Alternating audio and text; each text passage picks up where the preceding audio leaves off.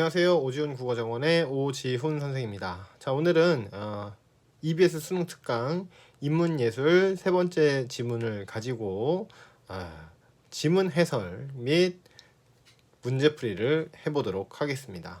자, 이 영상은 지문 풀이, 지문 해설이고요. 네, 자, 시간이 좀 오래 걸리니까요. 참고 들으실 분은 들으시고 아니면은 이제 좀 필요에 따라서 패스를 좀 하셔도 되겠습니다. 자, 그럼 한번 본론부터 들어가기 전에 도입 부분부터 한번 볼까요? 자, 언어는 일련의 복합적 인지 과정을 거쳐 발화되고 그 발화들이 모이면 하나의 담화가 된다. 자, 이렇게 시작을 하고 있습니다. 항상 첫 번째 문단, 첫 번째 줄 아주 중요합니다. 자, 왜냐하면 어떤 글의 흐름의 방향을 알려주기 때문이죠. 자, 뭘로 시작했나 봤더니 언어 얘기로 시작을 했군요. 자, 언어는 이렇게 돼 있고 복합적이다. 인지과정이라는 게 있는데 복합적이다. 그리고 그렇게 해서 말이 시작이 되고 그 말들이 모이면 하나의 담화라는 게 된다고 합니다. 자, 담화에 대한 설명이 아직 안 나왔기 때문에 이게 뭔가 뭐 이렇게 의문을 가질 수가 있겠죠. 물론 배경 지식이 있으면 담화 하고서는 이게 뭐냐 이렇게 알아챌 수도 있지만 그렇지 않다고 해서 문제가 될 것은 없습니다. 자, 한번 보도록 하겠습니다. 계속해서. 자, 이렇게 첫 번째 문장 끝이 났고요. 발화된 두 번째 문장. 발화된 언어의 의미를 설명하는 이론에는 여러 가지가 있는데, 자, 어떻게? 앞에서처럼 발화된 언어. 자, 요것의 의미를 설명하는 이론에는 여러 가지가 있는데 대표적인 것 중 하나로 그 의미 문제를 인지와의 관련 속에서 파악하는 인지의미론이 있다 이겁니다. 자, 그러면 인지의미론이 뭐냐고요? 바로 의미의 문제를 인지와의 관련 속에서 파악한다 이게 되겠습니다. 이름이 인지의미론이니까 그 의미를 인지를 통해서 파악한다 이렇게 예측할 수도 있었겠군요. 자, 그럼 계속 볼까요? 인지의미론에 따르면 자, 이것에 따르면 언어의 의미는 언어 자체에만 내재되는 것이 아니다. 자, 그러면 이제 아니다 이런 거는 이제 X표를 치면 되니까 자, 이 언어 그 자체 이게 아니고 즉 하나의 발화는 독자적으로 처리될 수 있는 것이 아니다. 독자적으로 처리될 수가 없고요. 앞뒤 발화의 관련성, 배경 지식을 고려해야 명확하게 분석될 수 있다고 본다. 이게 되겠습니다. 자, 그러니까 요거는 아니야, 그죠? 독자적 처리 안 되고 앞뒤 발화의 관련성, 그 다음에 배경 지식을 고려해야 된다. 그래야지 명확하게 분석될 수 있다 이런 얘기죠. 자, 또한 덧붙여서 하나 더. 자, 인지의미론에서는 의미를 구성하는 과정 역시 담화 상황에 의존할 수밖에 없다. 자, 의미를 구성하는 과정도 담화 상황에 의존적일 수밖에 없다 이런 얘기죠. 자, 그렇대요. 우리가 잘 모릅니다. 그렇기 때문에 너무 복잡하게 들어갈 거 없이 항상 있는 대로만 보는 거죠. 자, 의미를 구성하는 과정이라는 게 있는데 그것도 역시 상황에 의존하고 있다. 자, 그리고 대등 연결. 언어의 의미에 대한 연구도 또 역시 의미 구성에 대한 인지적 조작을 해명하는 것이 중심이 되어야 된다. 예, 이런 얘기가 되겠습니다. 자, 요것도 마찬가지로 인지적 조작을 해명하는 것이 중심이 되어야 된다. 자, 한마디로 말해서 전부 다 뭐랑 관련이 있다? 인지와 관련성이 깊다. 예, 이런 얘기가 되는 것이군요. 네네. 자, 그러면 이런 도입부를 가지고 두 번째 문단을 보도록 하겠습니다. 자, 두 번째 문단. 인지 언어학자 포코니에. 자, 선생님이 늘 말씀드리는 바와 같이 자, 이 사람 이름이 수능에 나온다. 문학이든 뭐든 사람 이름이 나왔다 그러면 무조건 중요합니다. 예, 무조건 중요하기 때문에 요거를 잘 챙겨서 이 사람이 뭐라고 하는지, 이 사람이 무슨 내용을 어떤 방법을 통해서 어떻게 주장하고 있는지 자, 그거를 꼭 정리를 해 주셔야 된다. 이런 이야기가 되는 거죠. 자, 그러면 포콘이라는 양반이 있었다고 그래요. 언어학자인데 그냥 언어학자가 아니라 인지 언어학자군요. 자, 이 양반이 뭐라고 그랬나? 자, 언어는 의미를 구성하는 길잡이 역할을 한다. 이렇게 되어 있습니다. 자, 언어라고 하는 것이 어떤 역할? 의미 구성하는 길잡이 역할. 네. 자, 인지 의미론적 접근을 통해 언어의 의미를 설명하고자 했다. 네. 인지 의미론적 접근을 통해서 언어의 의미 설명. 자, 특히 포코니에는 정신공간이라는 개념을 도입했다고 합니다. 자, 역시 개념 보니까 네모칸이죠? 정신공간. 자, 이게 뭔가 봤더니, 자, 그에 따르면 정신공간은 담화 상황에서 사람들이 언어를 통해 생각하고 말할 때 머릿속에 구성되는 임시적인 개념적 영역이래요. 자, 그러면 아까도 나왔지만 담화 상황이라는 것이 있고, 자, 이 상황에서 언어를 통해서 뭐 한다? 생각하고 말을 한다. 자, 그럴 때 머릿속에 구성되는 임시적인 개념적 영역이 된다고 합니다. 이게 바로 뭐라고요? 정신공간이다 이런 얘기죠. 자, 이 정신공간을 구성하는 주요 원리에는, 자, 그러면 이제 정신공간에 대한 설명을 더 구체적으로 하고 있는데, 자, 뭐라고? 바로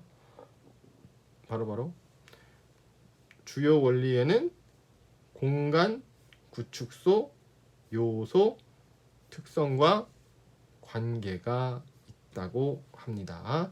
자, 이제 이후에 요 문단 이후에는 이제 공간 구축소하고 요소, 그다음에 특성과 관계에 대한 설명이 계속 이어지겠죠. 그죠? 네, 이거는 너무 뻔한 겁니다. 그죠? 자, 한번 들여다볼까요? 저는 정말 그런지 아닌지. 자, 우선 공간 구축소란 뻔하잖아요. 그죠? 공간 구축소란 새로운 정신 공간을 구축하거나 이전에 구축된 정신 공간 사이를 이어주는 언어 단위로 말한다. 자, 그럼 새로운 정신 공간을 구축하는 거 또는 이전에 구축된 정신 공간들 사이를 이어주는 언어 단위가 바로 공간 구축소라고 한대요. 자, 이 공간 구축소에 의해 구축되는 공간으로는 시간 공간도 있고 현실도 있고 가상 공간도 있다고 합니다. 자, 예를 들어서 바로 예시가 나오고 있죠. 이해를 돕기 위한 예시. 자, 초등학교 때 오늘은 시간, 학교에서 집에서는 현실 공간, 그리고 공간 구축소에 의해 구축되는 공간 중에는 영화에서 꿈처럼처럼 청자로 하여금 현실 공간을 초월하는 상황을 구축하게 하는 가상 공간도 있다. 자, 별로 어렵지 않죠. 자, 그리고 정신 공간은 개념적 체계에 존재하고 있는 실체인 요소를 포함한다. 자, 정신 공간 어떻게 된다고? 개념적 실체에 존재하고 있는 실체인 요소를 포함한대요. 자, 요소. 잘 봐야 됩니다. 개념적 체계에 존재하고 있는 실체래요. 실체. 자, 요소를 나타내는 언어 단위는 명사나 명사구 등으로 자, 언어 단위가 뭐라고요? 명사나 명사구 등이 된다. 홍길동, 이순신과 같은 고유명사, 그것과 같은 이것과 같은 대명사가 그에 해당한다. 자, 그럼 어떻게 된다고? 고유명사나 대명사가 여기서 말하는 그는 뭐예요? 명사나 명사구, 그죠? 자, 그러니까 요것에 해당한다. 또한 정신 공간이 구축되고 새로운 요소나 기존의 요소가 설정되는 것 외에 특성과 관계에 대한 정보가 나타난다. 자, 또한 뭐라고? 정신 공간이 구축되고 새로운 요소나 기존의 요소가 설정되는 것 외에 그거 외에 특성과 관계에 대한 정보도 나타난다 이거죠. 즉, 정신 공간 내에 있는 각 요소에 부여된 특성을 상수하는 것은 물론 특정 정신 공간 내에 있는 요소들이 어떻게 관련되어 있는지를 나타낸 정보인 관계도 처리를 한다 이거죠. 아, 내용이 지금 굉장히 많아집니다. 네.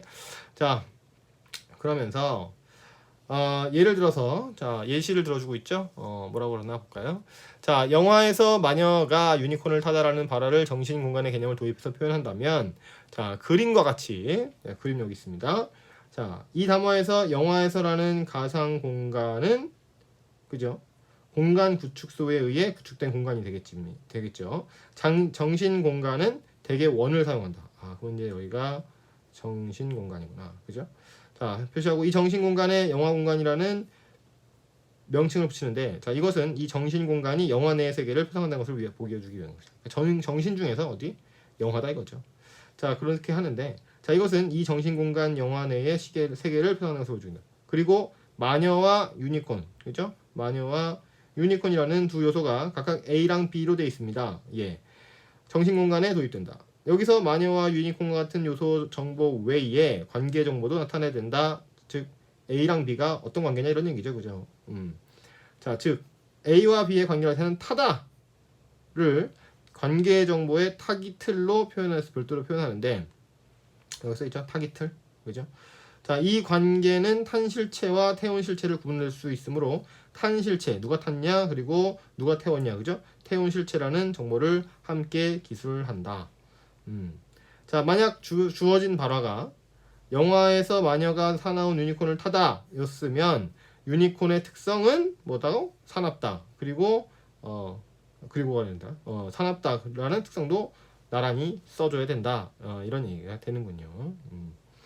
자, 그러면 하나의 정신 공간이 구축되고 나면 이 정신 공간은 담화가 진행되는 동안에 구축된 다른 정신 공간에 연결되기도 한다. 자, 이렇게 할게요. 미안합니다. 자, 담화 다시 할게요. 하나의 정신 공간이 구축돼. 자, 그러고 나면 이 정신 공간은 담화가 진행되는 동안에 구축된 다른 정신 공간 있죠? 자, 이것에 연결되기도 한다.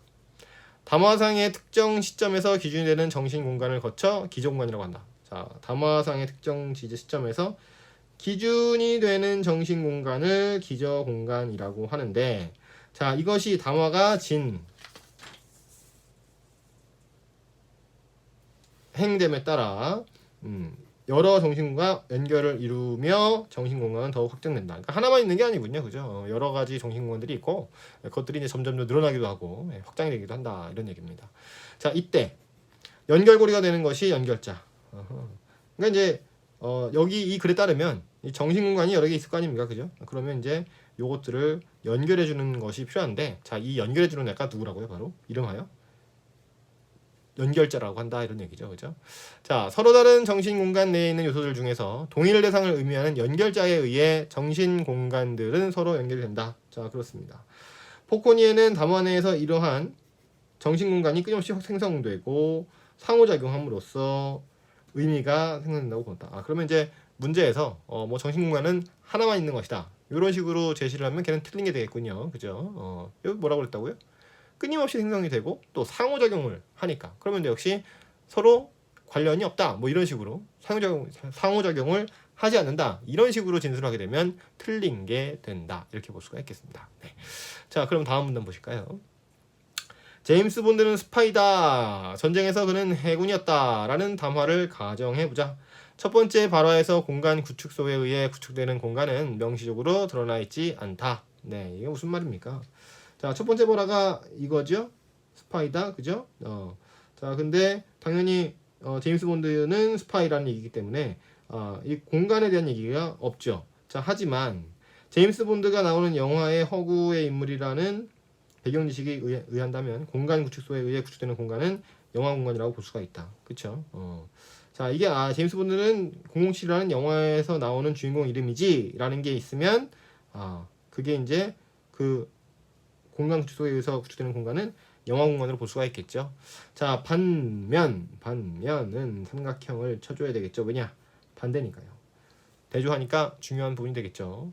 자, 두 번째 발화에서 공간 구축소에 의해 구축되는 공간은 전쟁 공간임이 명시적으로 드러나 있다. 자, 두 번째 발화가 이거죠. 전쟁에서 그는 해군이었다. 자, 그러면 전쟁에서 그리고 해군 이런 말을 통해서 우리가 뭘 할 수 있냐? 바로 전쟁 공간이라는 것을 알 수가 있다는 얘기죠.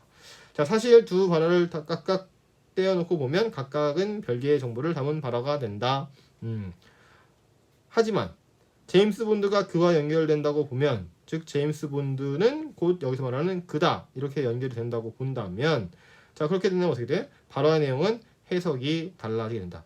그러니까 조건이 뭐였어요? 연결된다고 보면이죠. 그런 조건을 충족시키게 되면 내용은 해석이 달라지겠다. 그러니까 이제 앞서서 내용들이 이렇게 연결된다고 했잖아요, 그죠? 공간들이요, 정신 공간이 연결된다고 했으니까 이 연결됐을 때는 그러면 어떻게 달라지는가?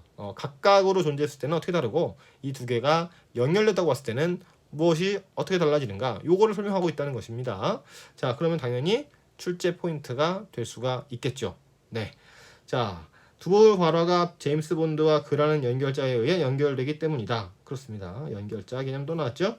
즉, 첫 번째 발화가 기저 공간이 됐어요. 그래서 처음에 기저 공간 아까 얘기했던 대로 이제 기준 같은 건데, 자, 기준이 돼서 두 번째 발화와 연결고리가 생성되는 것이다.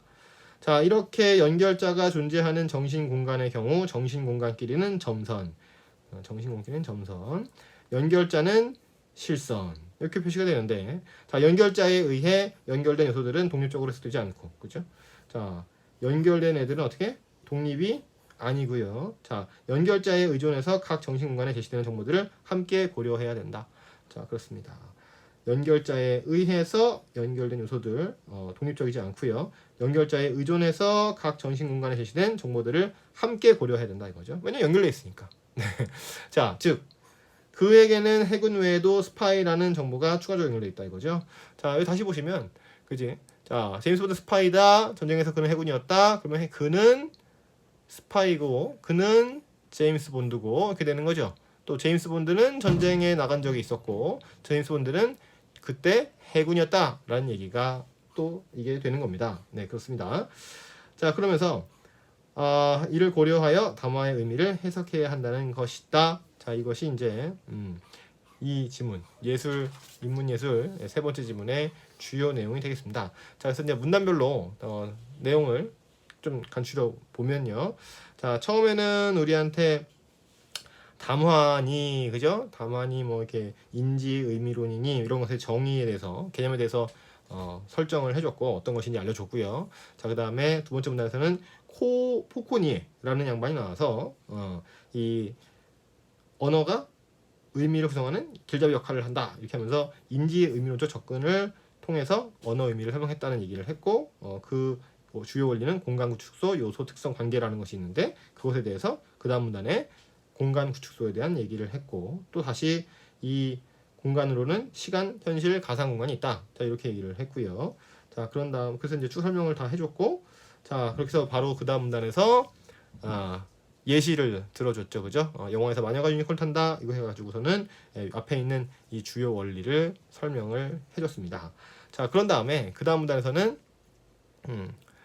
자, 이게 이제 한 정식 공간만 있는 것이 아니라 다른 정식 공간과 연결이 되는데 자, 그때는 어떻게 되고 그 사이에는 어떤 특징들이 있는지를 설명을 했고요. 그 다음에 방금 전에 보신 제임스 본드는 스파이다. 요 예시를 통해서 방금 얘기했었던 그 다른 정식 공간에 연결되는 그런 양상을 설명하고 있다. 자, 이렇게 볼 수가 있겠죠. 자, 앞서서 본 두 지문보다는 좀 짧은 지문이고 좀 쉬운 지문이었습니다. 네. 자, 다음 시간에는요. 요 인문 예술 지문 세 번째 지문을 가지고 문제풀이를 한번 해보도록 하겠습니다. 네, 감사합니다.